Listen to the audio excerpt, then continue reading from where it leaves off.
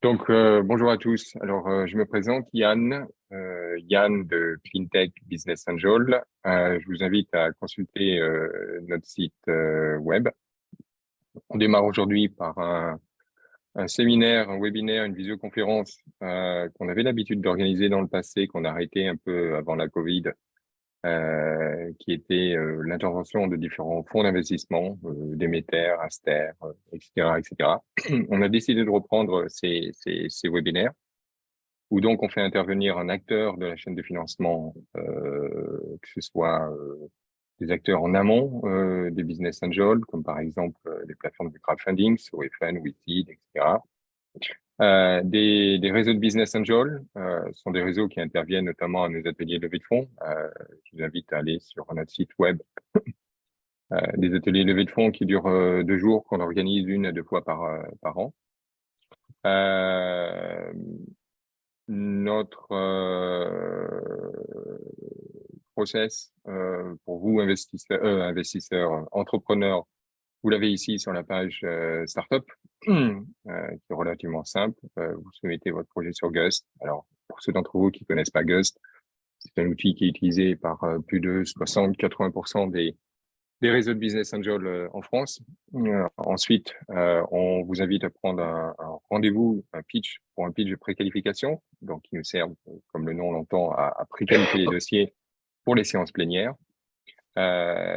Et suite à cette séance plénière, si le dossier est retenu par nos BA, il va faire l'objet d'une instruction. Voilà, on va démarrer avec Pierre.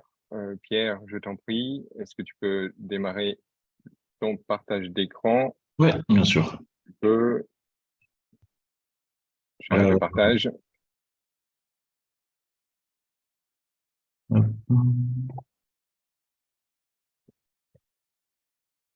Est-ce que vous voyez bien?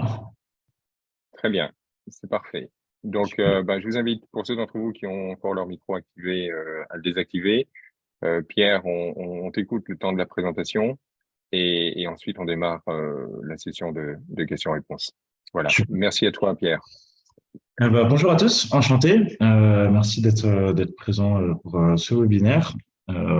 Moi, effectivement, je travaille pour Made for All, qui est une société de capital risque nouvellement créée, qui a été créée tout début 2022, que je rejoins à sa création, et qui en fait est un family office à impact créé par Thierry Petit, le cofondateur de Showroom Privé.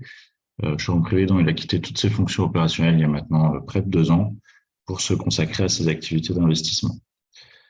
On est brandé comme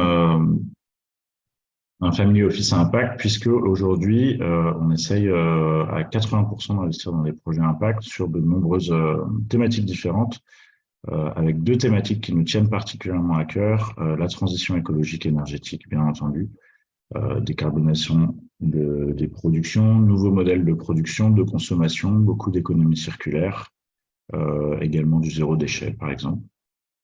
Une deuxième thématique qui nous intéresse beaucoup aussi est celle de l'inclusion et de la lutte pour l'égalité des opportunités. Sur ce sujet, on va beaucoup essayer de financer des projets autour de l'éducation, de la reconversion professionnelle, du handicap ou de l'immigration, par exemple.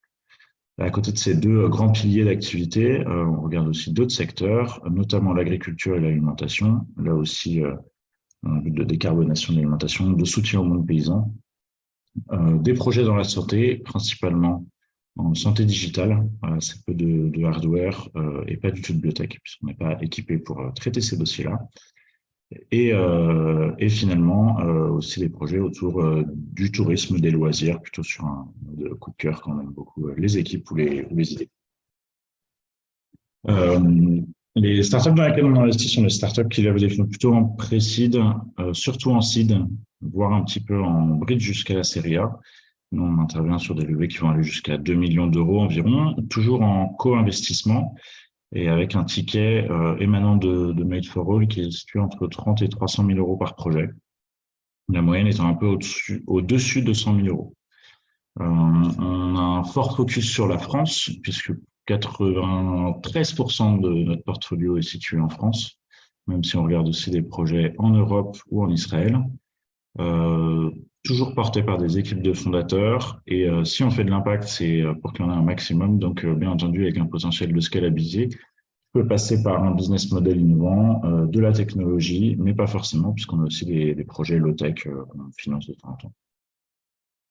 Un autre point important pour nous aussi, c'est la mixité au sein des équipes de fondateurs, des équipes de salariés et la représentation des femmes dans l'écosystème tech au global. On est partenaire de Sista, par exemple. On a fait quelques co-invests avec eux aussi. Et on arrive à des bons résultats puisque sur 2022, on a un tout petit peu plus de la moitié des projets qui ont été financés, qui sont cofondés au moins par une femme, ce qui est largement au-dessus des critères du secteur. Vous avez là une présentation un peu de notre portfolio. Ce portfolio a été construit sur les 12 dernières années, puisque Thierry, en fait, est business angel, lui, depuis 12 ans. Il a investi dans des boîtes, historiquement, beaucoup de boîtes dans le retail tech ou la tech, qui sont des boîtes que vous avez trouvées plutôt ici. Puis s'est mis à l'investissement impact sur les dernières années, on va dire avec un plus fort volonté depuis 5 ans. À côté de ses positions en tant que BI, il investit aussi dans des fonds, notamment des fonds impact, mais pas que, en tant que limited partner. Et donc, vous retrouvez ici un petit peu les grands pôles que j'ai pu vous présenter. Un petit peu, ces boîtes, c'est des investissements le plus souvent qui ont été faits en silo. Il faut le préciser aussi, le Family Office est une structure d'investissement, mais c'est aussi un fonds de dotation qui va venir soutenir des associations ou des fondations dans un mode de philanthropie et sur lequel on va beaucoup travailler sur des sujets de lutte contre les inégalités ou contre les discriminations, avec la volonté plutôt de financer des projets qui vont mener à du mécénat de compétences, de la montée en compétences de la part d'acteurs associatifs, plutôt que de financer de l'opération en tant que telle. Voilà, c'est un peu le détail, hein. Mais donc oui, du soutien direct, de la mise en place d'actions d'information au niveau des associations. Et voilà. Je pense que j'ai fait le tour de ma présentation rapide. J'attends vos questions avec grand plaisir. Merci Pierre. Très bien, donc on démarre la session de questions-réponses. On va peut-être laisser la parole à certains d'entre vous d'abord. Et ensuite à ceux qui éventuellement vont poser une question dans le chat. Myriam, je t'en prie, je te laisse présenter nos deux startups là, Sébastien et Caroline. Caroline, on va commencer par les femmes, on va mettre à l'honneur les femmes. et Caroline. Pierre, tu peux garder ton deck Bien sûr, je on, comme ça. Et moi, ce que je vais faire, c'est que je vais lancer un sondage. Donc, pour nous donner une petite idée des participants, puisque certains d'entre vous sont investisseurs ou entrepreneurs ou acteurs de l'accompagnement, etc. Je t'en prie, Myriam. Caroline. Caroline a une question probablement, parce qu'on est toujours intéressé par les acteurs qui sont des family office ou des acteurs qui investissent dans les belles startups. Et elle va un petit peu en introduction se présenter quand même. Oui, bonjour. On t'entend mal, hein? Ouais. Pardon. Est-ce que vous m'entendez mieux? C'est mieux. Bon. Donc, Caroline de Forêt, je suis la dirigeante d'une société qui s'appelle Steadysun et qui est une société qui va lutter qui va aider à la transition énergétique, pardon. Et aujourd'hui, on est dans un processus qu'on est en train de se regrouper avec différentes sociétés dans l'objectif de faire qu'on puisse tous avoir un environnement plus sain. Donc, c'est pour vraiment un mieux vivre sur notre planète dans ce contexte de réchauffement climatique. Et donc, ma question, c'est là, nous, on est en train de faire des obligations convertibles. C'est le cas également des autres sociétés avec qui on est en train de fusionner. Est-ce que vous pouvez investir des sommes peut-être plus importantes si c'est dans le cadre de sociétés qui fusionnent, ou est-ce que ce n'est pas quelque chose sur lequel vous avez déjà eu des sujets? Merci pour la question. Je connais ces sommes de son, donc je suis ravi de vous rencontrer. Je vois deux réponses. Premièrement, une réponse plutôt sur les mécanismes sur lesquels on investit. Alors effectivement, nous, on fait beaucoup, très majoritairement, à 90% de la prise d'equity. On évite de se positionner sur du BSAR et on fait assez peu d'OC. En fait, on fait de l'OC plutôt dans des contextes de second investissement, de révolution, dans des boîtes dans lesquelles on a déjà investi. Quand il faut venir soutenir un petit peu par autre chose qu'une augmentation de capital. Nous, on a donc ça, c'était un peu ma première réponse sur le mécanisme. Pour la deuxième, qui est les environnements de levée et puis les valorisations, on va dire. Nous, on a une philosophie très forte entrepreneur, en fait, à Made for All. Et si Thierry est business angel depuis tant d'années, c'est parce que lui aussi a été entrepreneur. Et en fait, lui, ce qu'il aime beaucoup, c'est accompagner le début de la création des boîtes. C'est vraiment la partie qui l'intéresse le plus. Et donc, il se focalise vraiment beaucoup plus sur du seed. Ça, c'est une première raison. La deuxième raison, c'est que pour pouvoir prendre part aux décisions, pouvoir prendre part aux discussions, sur des boards, etc., il faut quand même avoir une part de capital assez importante, quoi. Et comme nous, on aime s'engager auprès des boîtes, on ne voit pas trop le sens, en fait, de s'investir dans des levées qui vont être de 5-10 millions, parce qu'avec les tickets qu'on met, on ne va pas vraiment se retrouver sur des positions intéressantes pour nous, quoi. Donc non, on essaye vraiment de se limiter de temps en temps. Bien entendu, on a l'avantage d'avoir un seul financeur qui est Thierry.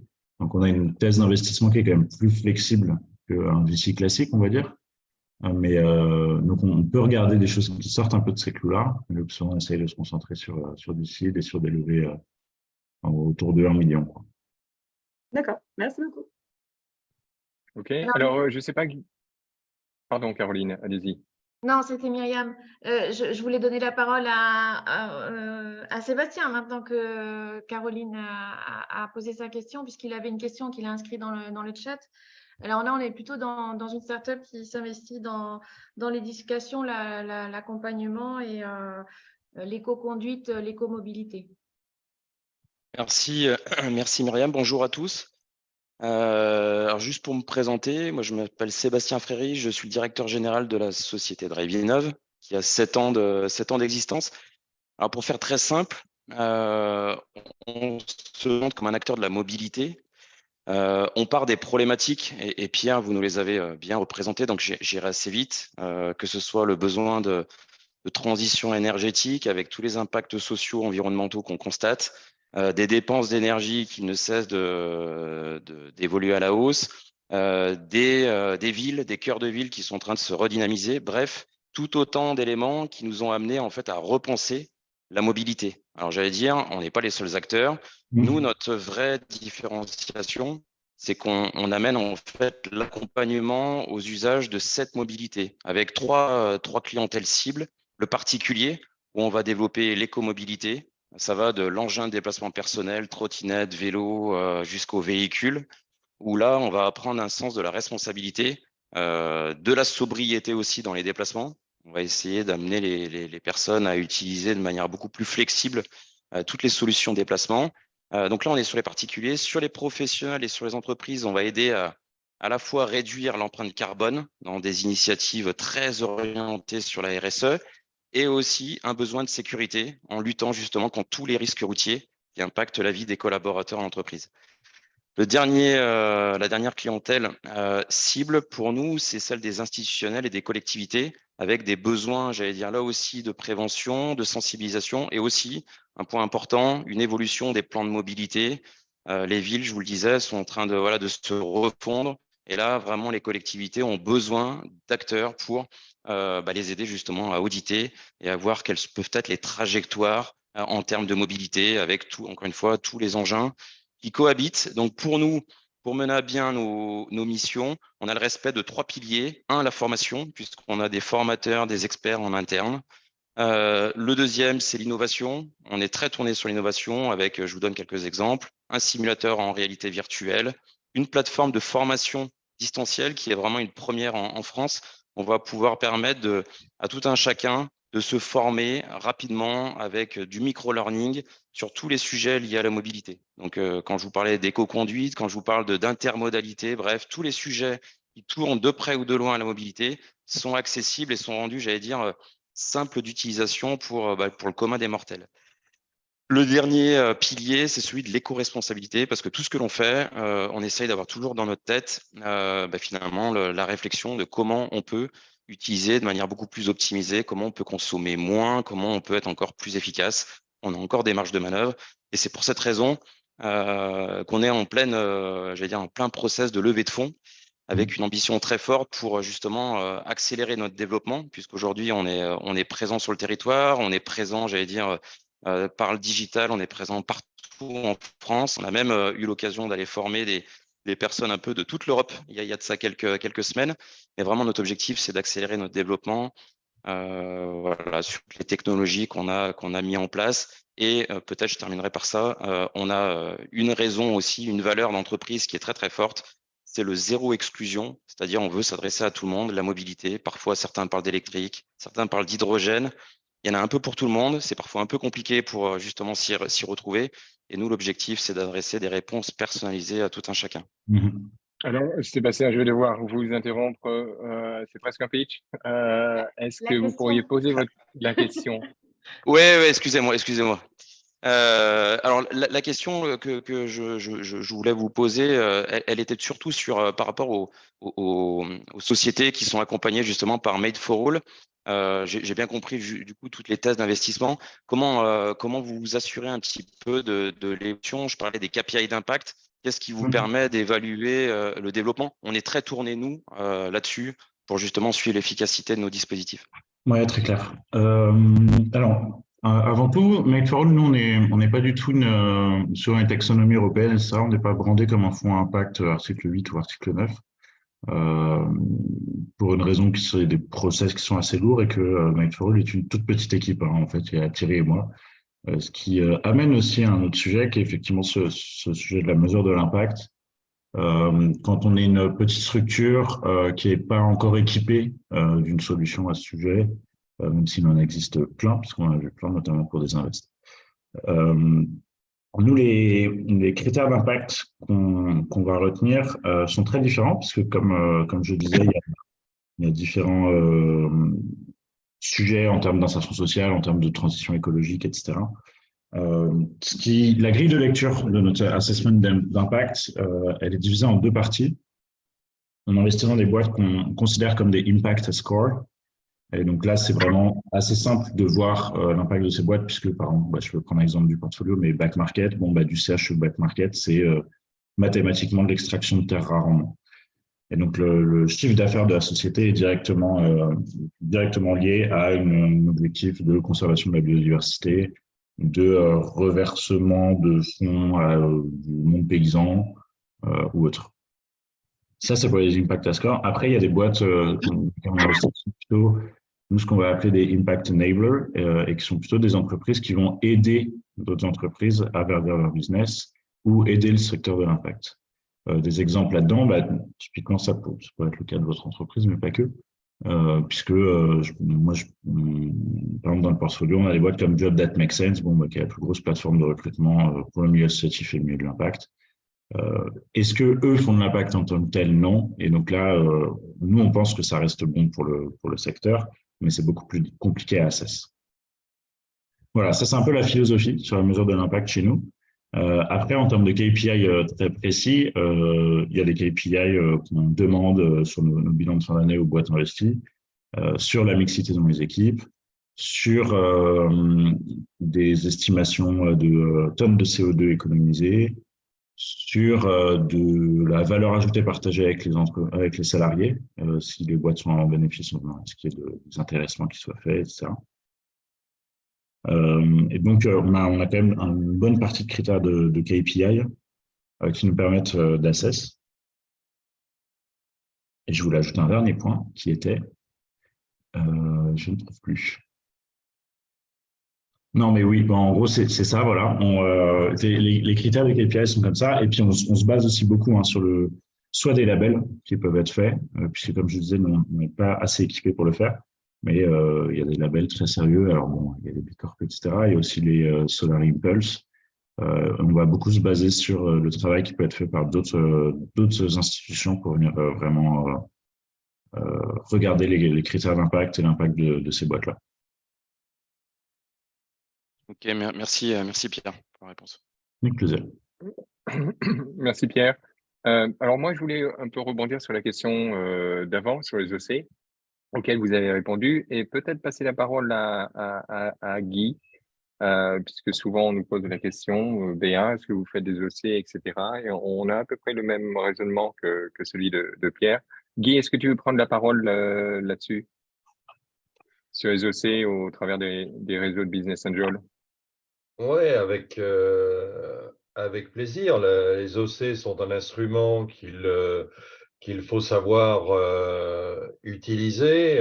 Souvent, les OC deviennent pertinents dans une phase où l'entreprise a besoin de monter, de faire une opération d'apport financier, mais que cet apport peut-être ne peut pas être fait intégralement avec le tour de table existant et que le projet n'est pas encore peut-être suffisamment sexy pour d'autres investisseurs.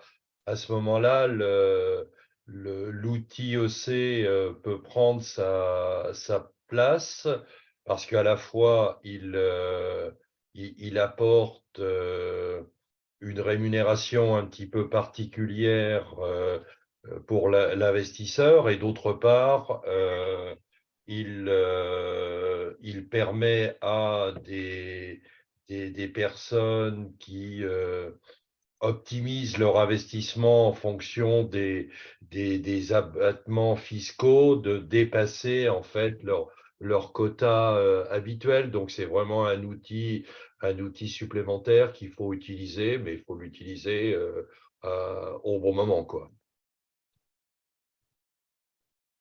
Ok, Il merci. y avait, Pierre, il y avait une question de Guy, là, peut-être il peut la poser.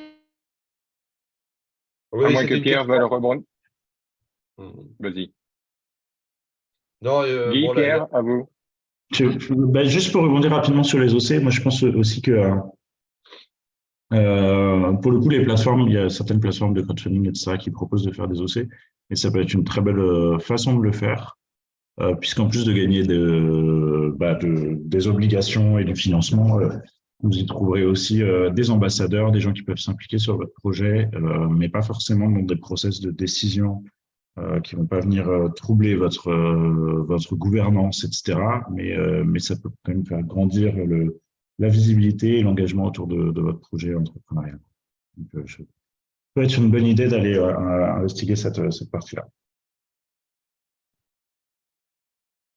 Alors oui, l'autre question que j'ai mis dans le chat est une question un petit peu sur la manière un petit peu de booster un écosystème. Et il y a des écosystèmes qui évoluent des fois plus lentement que prévu initialement parce que peut-être il y a un besoin d'évangélisation qui va prendre du temps, peut-être que c'est lié à une réglementation qui met du temps à se mettre en place. Toujours est-il qu'à un moment, en face d'un projet, il peut y avoir 4 ou 5 startups qui font le job, mais le marché n'est pas encore vraiment ouvert.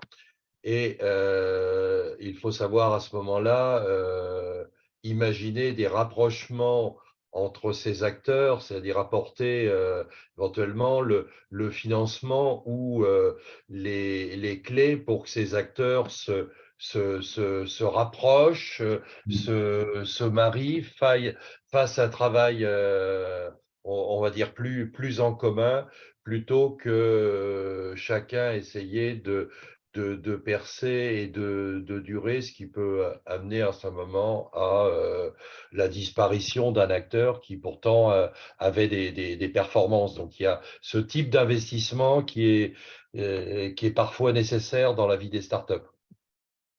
Oui, je comprends bien. Effectivement, on le voit sur toute une différentes typologies de projets où il y a des marchés en concentration en ce moment. Nous, très clairement, c'est pas des sujets sur lesquels on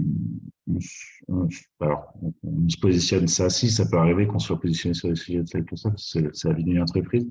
Mais on n'a pas forcément une expertise très forte en termes de M&A, en termes de FUSAC, etc. Nous, historiquement, le Family Office est très basé sur la vie d'une startup du seed à l'IPO et on sait gérer jusqu'à de l'IPO. On connaît ces choses-là parce qu'on les a vécues en tant qu'investisseur ou en tant qu'entrepreneur pour Thierry. On a un peu plus de mal à intervenir sur le regroupement, même si Thierry, par son passé, a acquéri avec showroom privé d'autres entreprises, etc. Donc, il peut donner une vision un peu stratégique sur le sujet. Mais on n'intervient pas en termes financiers. Et vous êtes, Pierre, très hands-on sur les boîtes que vous accompagnez Excuse-moi, je sais pas. L'expression, je la connais pas en français, mais c'est hands-on sur les projets dans lesquels vous investissez.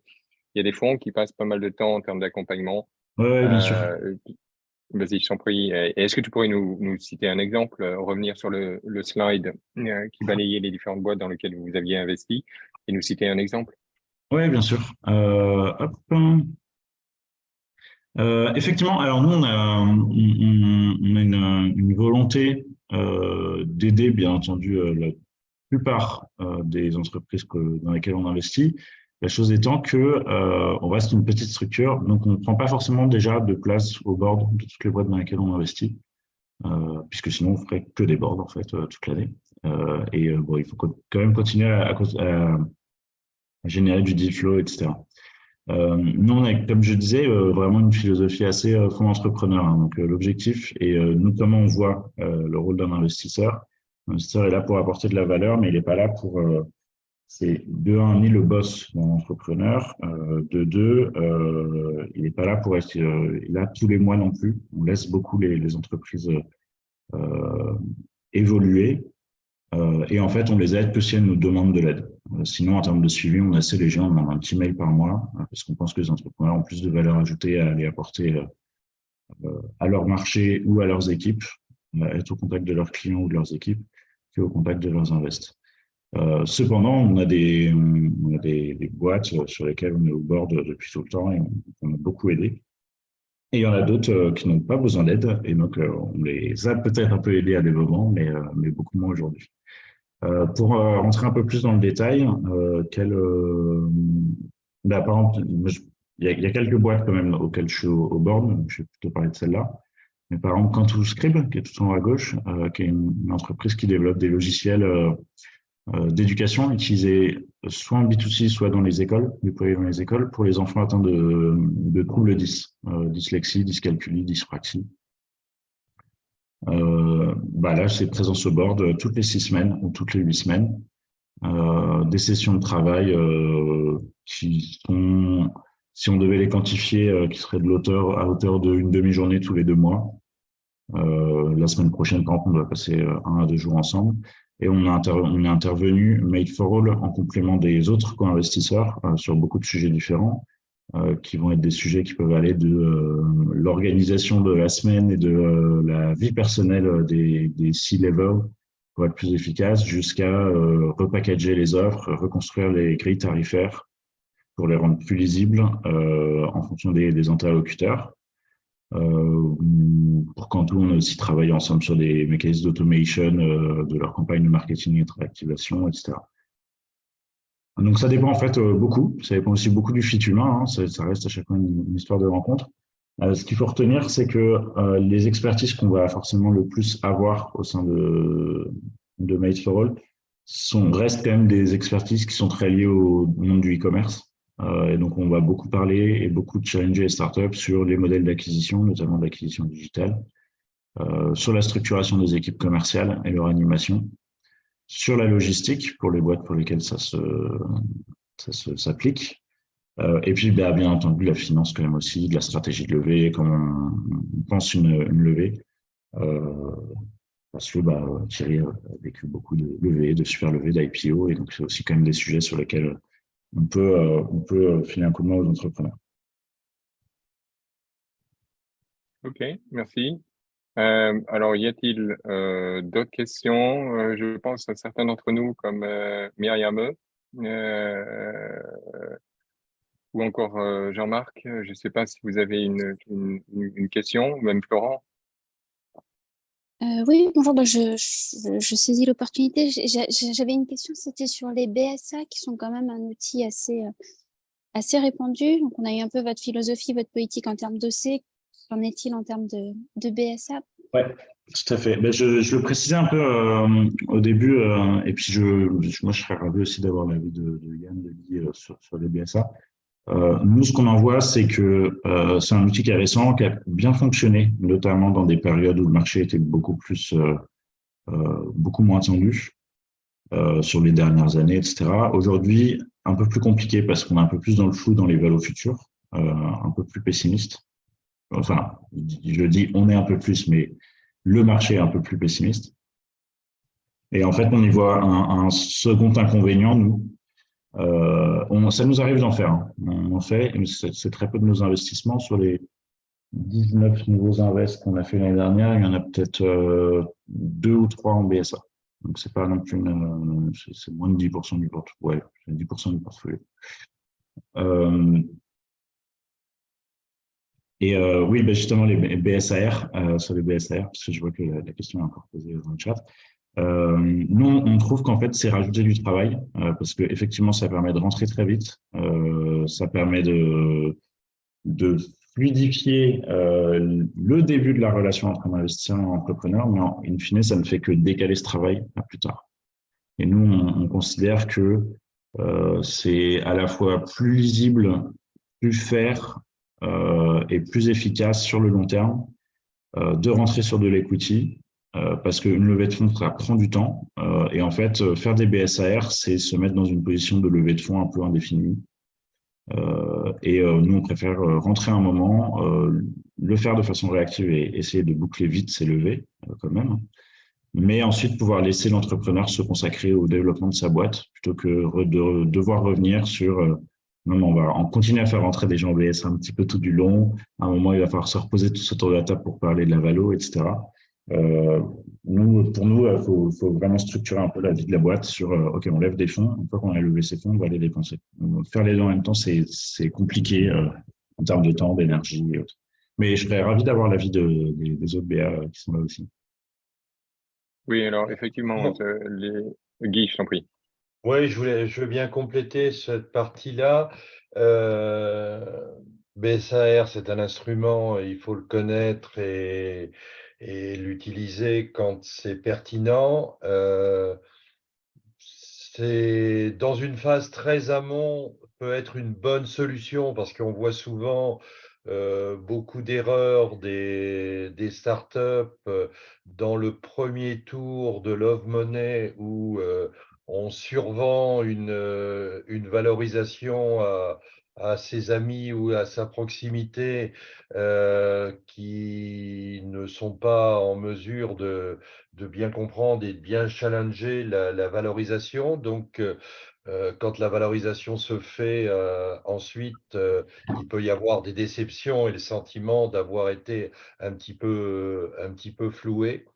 Donc ça, ça peut être très utile dans ce cas-là.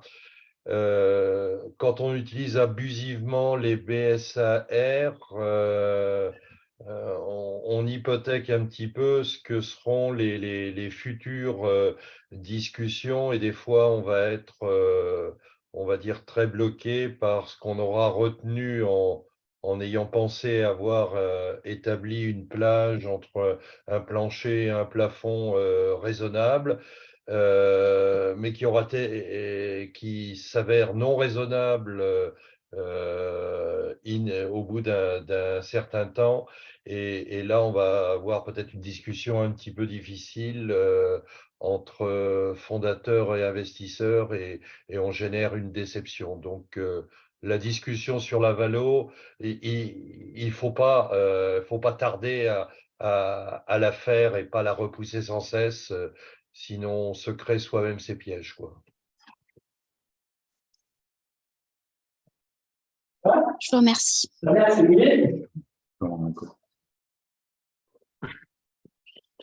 Ok, très bien. J'ai désactivé ton micro, Pierre. Tu peux le réactiver. Alors d'autres questions. Il y avait Sébastien, mais je crois qu'il est parti. Sébastien Motte d'un Family Office que l'on connaît Ouais, bien. si, Jean-Marc, je t'en prie. oui, à la limite, parce que comme j'ai pas pris le début de la présentation, je suis en train de faire une session d'entreprise, donc il y avait une autre priorité. Est-ce que vous allez vers des startups qui ont un fort potentiel lié à l'innovation de rupture d'usage plutôt que techno, donc en amorçage quand les gens sont dans une SAT?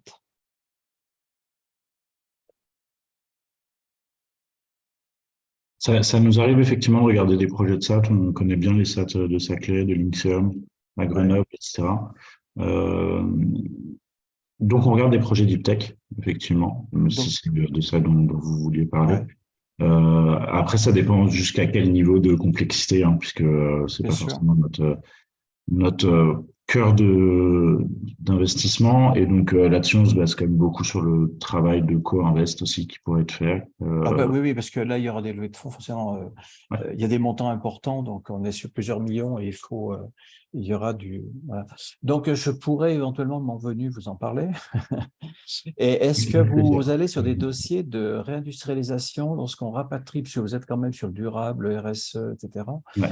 vers des dossiers où on ramène des productions de Chine ou d'ailleurs et qui sont sur des projets importants de plusieurs millions d'euros? Ça, on fait un peu moins pour le coup. Question. Premièrement, parce que on n'a pas d'ADN industriel tellement au sein de l'équipe. Oui, c'est ce que je vois. Vous êtes beaucoup de services. Et ouais, exactement. Beaucoup de services, beaucoup de digital. Et c'est des vrais sujets, hein. Moi, dès que j'en parle avec les investisseurs à impact, on est tous convaincus que de toute façon, on ne pourra pas faire la transition écologique pour ne parler que de ce sujet-là, sans réinvestir dans l'industrie. Mais pour le moment, on n'arrive pas à trouver de financeurs, quoi. Et on n'arrive pas à trouver de fonds super actifs sur le sujet et dont le track record nous pousserait à co-investir avec eux. C'est dommage, vous n'êtes pas d'une belle affaire.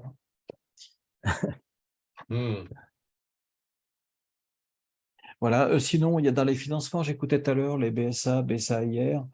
Comme me disait le juriste avec lequel je travaille, un BSAIR, ce n'est jamais qu'un BSA particulier. Hein, c'est tout simplement, il faut pas en faire, c'est du marketing, il faut simplement dire c'est un BSA avec des caractéristiques.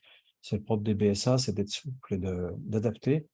Est-ce que par contre, vous allez vers faire des supports de financement pour un même dossier, qui soit en capital, comme vous disiez, plus de l'OC? Et moi, j'ai découvert, et ça, Guy le sait, je pousse beaucoup maintenant sur les gens à faire du prêt redevance, des choses comme ça, en complément, qui peut vraiment aligner les intérêts des fondateurs avec celui des investisseurs. C'est un sujet super intéressant que je connais assez peu pour le prêt redevance pour le coup. Je prends 600 € par heure de formation. I do not speak English fluently, but I speak money. Très fort. Non, mais oui, pour le coup, non, on ne multiplie pas trop les modalités de financement au sein d'une même structure. Enfin, nous, on l'avait fait dans les Business Angels sur Lyon. Il y a à l'époque, quand on avait la plateforme, un site financement, un ou deux dossiers avaient été faits où il y avait une levée en capital et une levée en prêt redevance. Et notamment parce que certains investisseurs ne veulent pas bloquer une somme au capital. Ils vont en mettre parce qu'ils vont faire du 50-50. Mais j'allais dire que par le prêt redevance, ils retrouvent quasiment la totalité de leur investissement initial. C'est une façon d'emmener les gens avec soi, en leur donnant la possibilité de se refaire une trésorerie, y compris les fondateurs, pour poursuivre dans les opérations suivantes d'augmentation de capital futur. Donc, voilà, c'est simplement cet outil. Et puis, moi, je pousse aussi, j'avais proposé plusieurs fois sur les BA, c'est d'aller voir des plateformes où on peut rendre de la mobilité, de la fluidité dans le capital pour les minoritaires, parce que minoritaire, Guy le sait, sur un dossier où il m'a demandé de voir, ils sont bloqués parce que l'investisseur, enfin, le fondateur fait un peu, voilà, il joue tout seul. Et moi, je travaille avec 2 plateformes aujourd'hui, une qui a un nom connu qui s'appelle CIB, et une autre qui est en cours de constitution parce qu'elle se bâtit sur une plateforme en blockchain. Justement, on va certainement voir pour que les 2 se réunissent et offrir, j'allais dire, le mode moderne blockchain et avec le mode plus classique du carnet d'ordre fait de cette façon pour rendre cette fluidité et permettre aux gens, au bout de 3 ans, 4 ans, de sortir. Donc, dans les BA, dans les pactes d'actionnaires des BA, enfin, où les BA sont, pardon, ce serait d'avoir l'obligation pour le fondateur de contracter avec cette société pour rendre les gens la capacité de sortir. Oui, c'est des vrais sujets. Nous, pour le coup, on a une stratégie de hold qui est assez longue, puisque même pour les plus vieux invests, certains ne sont toujours pas exit alors qu'il y a de multiples levées. Donc, voilà. Mais oui, c'est des vrais sujets en termes d'exit et de liquidité. Ouais. Quand vous voulez qu'on en reparle, pas de souci. Myriam va encore me prendre rigolant. On commence à voir un certain nombre de plateformes qui sont autour de la fluidification des actions, Oui, etc., et puis, caption market, etc. Mais je ne vais pas trop m'attarder là-dessus, non, tout à fait, bien sûr. Jean-Marc, parce que tout à fait. j'aimerais laisser la parole à des acteurs de l'accompagnement startup. Donc, je pense à Yann. Yann, tu es là, Yann Peter? Est-ce que tu aurais une question pour Pierre, puisque toi, tu animes un dispositif d'accompagnement startup qui est à Chartres, je crois? Bonjour Yann, merci de nous donner la parole. Moi, j'ai pris la conférence en cours de route et il y avait mon collègue Clément qui était connecté. Nous, on est sur Castres. On est dans l'accompagnement d'entreprises innovantes. On a aussi constitué un groupe de business angels. Je n'ai pas vraiment de questions. Par contre, je pense que c'est votre réseau qu'on pourrait être amené à solliciter, soit par le biais de Pierre, soit par peut-être directement les Clean Tech BA aussi, puisqu'on est en train de lancer un incubateur Clean Tech pour de l'accompagnement structuré de projets dans le développement durable et la transition écologique. Donc, c'est peut-être plus c'était pour faire un petit peu de veille et puis voir un petit peu vos critères d'intervention. Parce que nous, c'est vrai qu'on s'adresse surtout à des porteurs de projets, on va dire en consolidation de fonds propres en phase d'amorçage. Et souvent, on est un peu débouté par les fonds qui n'interviennent qu'à partir de 300 ou 400 000 euros. Et ce que j'ai entendu aujourd'hui m'a un petit peu rassuré par rapport à ça. Donc, je n'avais pas de questions particulières.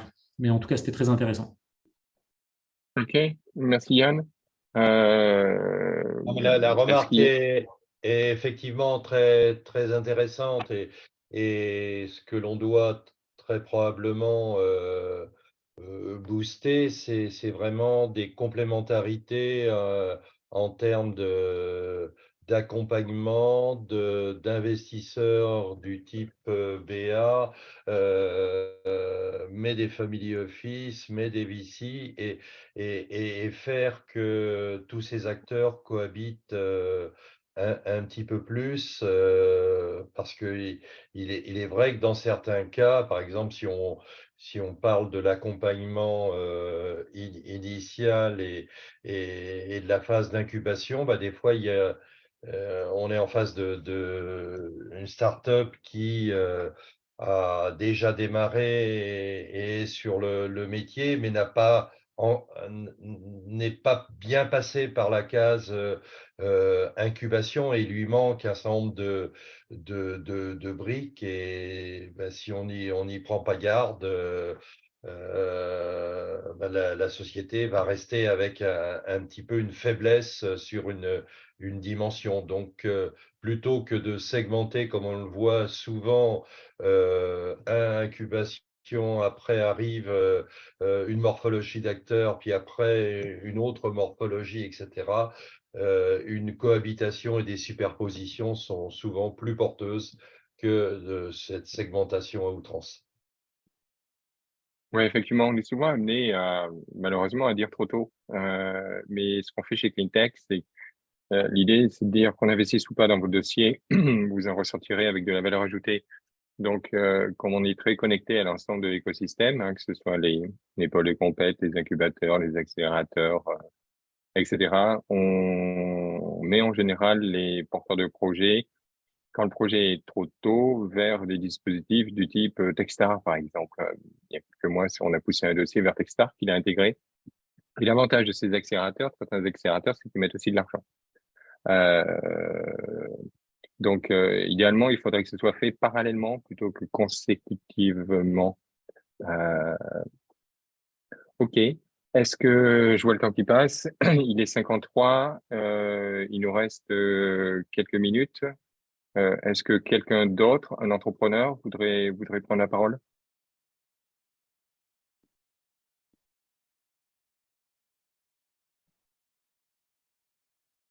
Alors moi, je vais peut-être terminer par une question vers Pierre.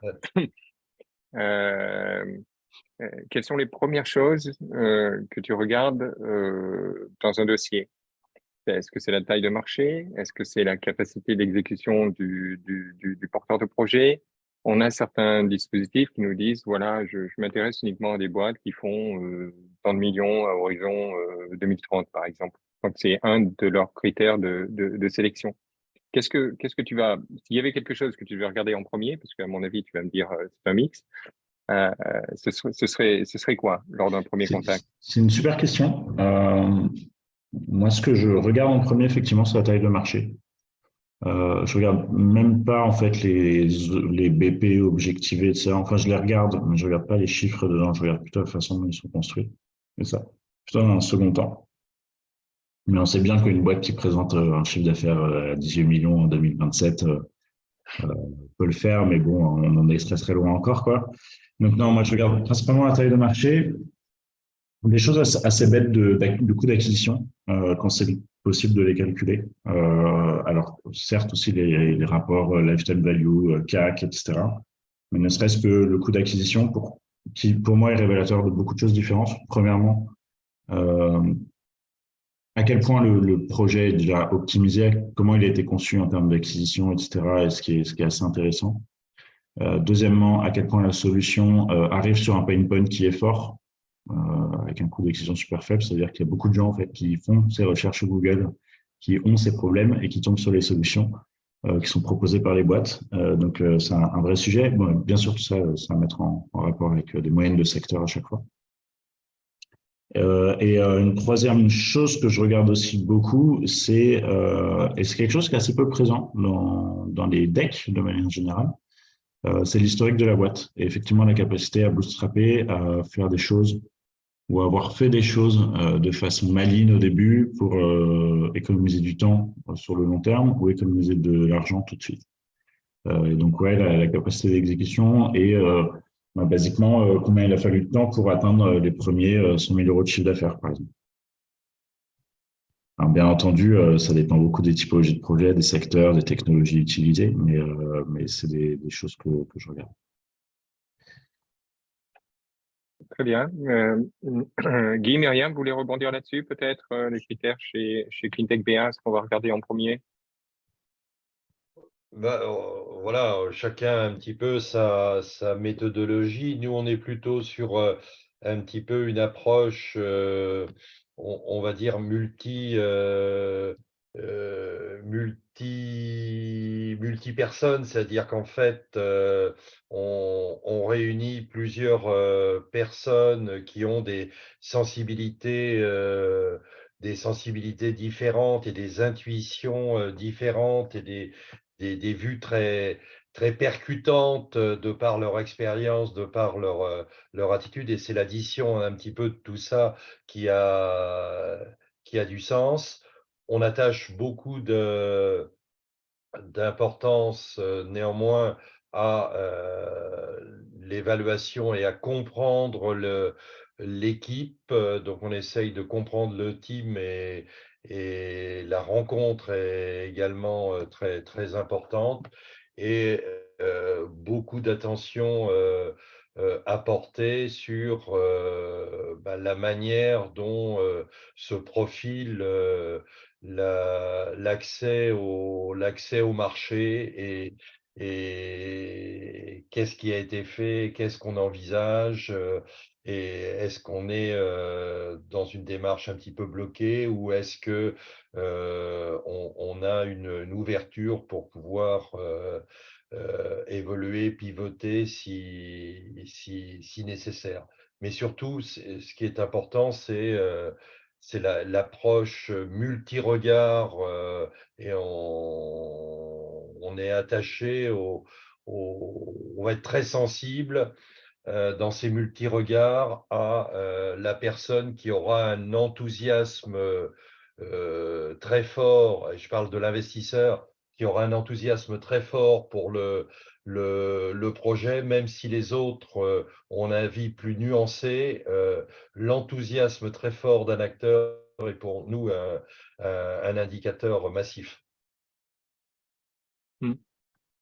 OK. Je vais juste ajouter que les BA, à la différence peut-être de ce que disait Pierre tout à l'heure, sont plutôt demandeurs d'être accompagnants et donc au board, un peu systématique, c'est très systématique et donc très accompagnant. Donc l'équipe est aussi intéressante du point de vue de l'écoute, l'enthousiasme et l'écoute, je dirais, parce qu'on ne peut pas avancer ensemble s'il n'y a pas ces deux ingrédients.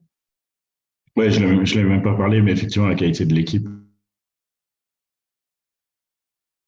c'est indéniable. Puis je le disais tout à l'heure, mais c'est de l'investissement, mais c'est toujours des histoires de fit humain aussi. Donc, comme on est amené à passer du temps avec ces entrepreneurs, il y a quand même intérêt qu'il y ait un fit humain. Et pour ajouter quelque chose aussi, alors nous, pour le coup, on a une structure seule et comme tu disais, petite, mais bien entendu, ce travail de partage de retour sur des boîtes, etc., on le fait entre fonds ou avec des BA ou avec des cercles de BA. Et moi, c'est un tiers ou un quart de mon agenda, c'est appeler d'autres investisseurs pour faire du partage de deal flow, pour se faire des retours sur des projets qu'on a vus ensemble, ou ce genre de choses. C'est une vie qui est loin d'être solitaire. Oui, effectivement, c'est un peu le cas aussi chez Cleantech BA.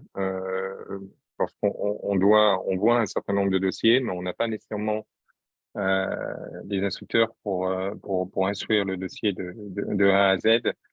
Et donc, on va souvent se mettre en relation avec d'autres dispositifs qui sont intéressés par l'investissement pour justement mutualiser nos compétences, notre expertise, etc. Ce qui peut un peu complexifier aussi la due deal, parce qu'il on est plusieurs autour d'un même projet, l'alignement des agendas, etc. C'est pas évident, mais je veux dire qu'on doit bien passer aussi un quart de notre temps sur ce sujet de travail en collaboration avec d'autres dispositifs. OK, alors on va terminer avec une dernière question vers Pierre. Ensuite, ce que je ferai, c'est que j'arrêterai l'enregistrement et on pourra échanger informellement entre nous si vous voulez. Comment fait-on alors pour terminer, Pierre, pour te contacter? Est-ce que tu peux remettre ton dernier slide là avec tes coordonnées? Nous, le process Cleantech, c'est qu'on soumet le projet sur Gust. À partir de là, on les invite à pitcher en préqualification. Comment opère-t-on chez toi? Ouais, tout à fait. Plusieurs points de contact. Tout simplement mon mail. Il y a aussi mon mail qui est présent sur le site si vous le voulez, ou via LinkedIn. Aucun souci là-dessus. L'instruction chez nous est structurée en plusieurs étapes. Moi, je demande toujours à recevoir un deck avant de faire un rendez-vous, ne serait-ce que pour faire un premier tri, parce qu'on reçoit quand même beaucoup de deals. On va recevoir entre 80 et 100 dossiers par mois. Sur ces 80 à 100, je dois avoir un rendez-vous entre 30 à 40 sur un rendez-vous d'1 heure, le plus souvent où je ne demande pas ce qu'il y a un pitch puisque j'ai déjà lu le deck, donc c'est plutôt poser des questions sur l'efficacité opérationnelle, les challenges à la scalabilité, les potentiels sur le marché, sur le produit, voilà quoi. Suite à ça, moi, pour chacune de ces boîtes, je rédige, ou pour les boîtes qui m'ont convaincu, on va dire, sur cette première étape, ce premier call, je rédige un léger mémo d'investissement que j'envoie à Thierry. Thierry, lui, toutes les semaines, on se fait un comité où on va discuter ensemble des 3-4 boîtes que j'ai identifiées. Deuxième rendez-vous avec lui, et puis très vite, on peut se positionner si c'est un no-go. Et si c'est plutôt go, moi, je continue à creuser, j'appelle quelques clients, je fais une légère due deal, et voilà. On a l'avantage de pouvoir être assez réactif, mais enfin, bien entendu, c'est une levée de fonds, donc il y a toujours plusieurs acteurs autour de la table et ça dépend aussi des autres acteurs. Mais l'année dernière, le deal le plus rapide qu'on ait fait en termes d'instruction, c'était 3 semaines, un mois, entre la prise de contact et la signature de la term sheet. Oui, c'est 3 semaines, un mois, c'est ultra rapide. Alors, ça n'arrive pas tout le temps, hein. On en a fait aussi où c'était 7 mois. Hein, mais... Oui, nous, ça va plutôt être autour des 6 mois, j'allais dire, sauf dans certains cas où la startup qui nous sollicite a déjà fait l'objet d'une instruction par un autre dispositif. Elle a donc quelques éléments comme la LOI, la lettre d'intention, le pacte, etc. Et dans ces cas-là, avec tous ces éléments-là, on peut éventuellement accélérer la levée de fonds. C'est notamment le cas pour des projets qu'on ne faisait pas avant, qui sont des séries A. Mais par exemple, sur une levée d'1 million d'euros, s'il reste 300 cas à sécuriser, on peut éventuellement regarder ces dossiers. Très bien. Alors, je vais terminer avec avec le site Cleantech Business Angel. Je vous invite à consulter notre site web, Cleantech Business Angel. Tout à l'heure, on a cité certaines choses comme les ateliers levée de fonds. Vous avez un séminaire qu'on avait organisé il y a déjà quelques temps, où justement Guy Durand, ici présent, était intervenu là. Donc vous l'avez ici, levée de fonds préambule. C'était une introduction aux ateliers levée de fonds qu'on organise, je vous le disais tout à l'heure, 1 à 2 fois par mois. Si vous êtes, enfin pour ceux d'entre vous, investisseurs qui n'ont pas encore rejoint Cleantech Business Angel, vous allez sur la page investisseurs, vous remplissez un formulaire de candidature et ensuite vous prenez rendez-vous avec nous. Et pour les entrepreneurs, je l'ai cité tout à l'heure, là, vous avez un certain nombre d'éléments sur notre site web, notamment sur la partie FAQ, sur les séances de préqualification, les séances plénières. On vous donne quelques conseils pour vos interventions. Yann, Voilà, pour corriger, merci. corriger, là, tu as fait un petit lapsus. Les modules de formation à la levée de fonds, c'est 2 fois par an. Et tu as dit 2 fois par mois. Et là, ça ferait beaucoup. Hein, ça ferait beaucoup. Oui, ça ferait beaucoup puisqu'on passe 2 jours. Vous allez voir, c'est assez intensif. On a formé un certain nombre de dispositifs. On a démarré avec la BPI France il y a déjà quelques temps. Mais on a formé des personnes du CNRS, de l'INRA. Donc, c'est aussi bien les dispositifs d'accélération d'accompagnement startup que les CCI. Ici, par exemple, on avait formé plus d'une 50aine de chargés d'affaires de la CCI. Ces ateliers, en fait, étaient à l'origine pour nos business angels, pour qu'ils montent en compétences assez rapidement sur une levée de fonds. Et finalement, on s'est rendu compte que des entrepreneurs se glissaient dans ces ateliers formation en se faisant passer pour des BA potentiels, alors qu'en fait, on était très ouverts à former, accompagner des entrepreneurs sur leur levée de fonds. Voilà, j'ai terminé. Merci à tous. Prochain webinaire, l'intention est d'organiser ces webinaires, séminaires 1 fois par mois. Là, on démarre un peu tard dans l'année, donc je ne serais pas surpris si le prochain avait lieu à la rentrée en septembre. Voilà, je vous remercie tous, je vous dis à bientôt et pour ceux d'entre vous qui veulent échanger avec nous là maintenant, on peut le faire, j'arrête l'enregistrement. Merci à tous, à bientôt.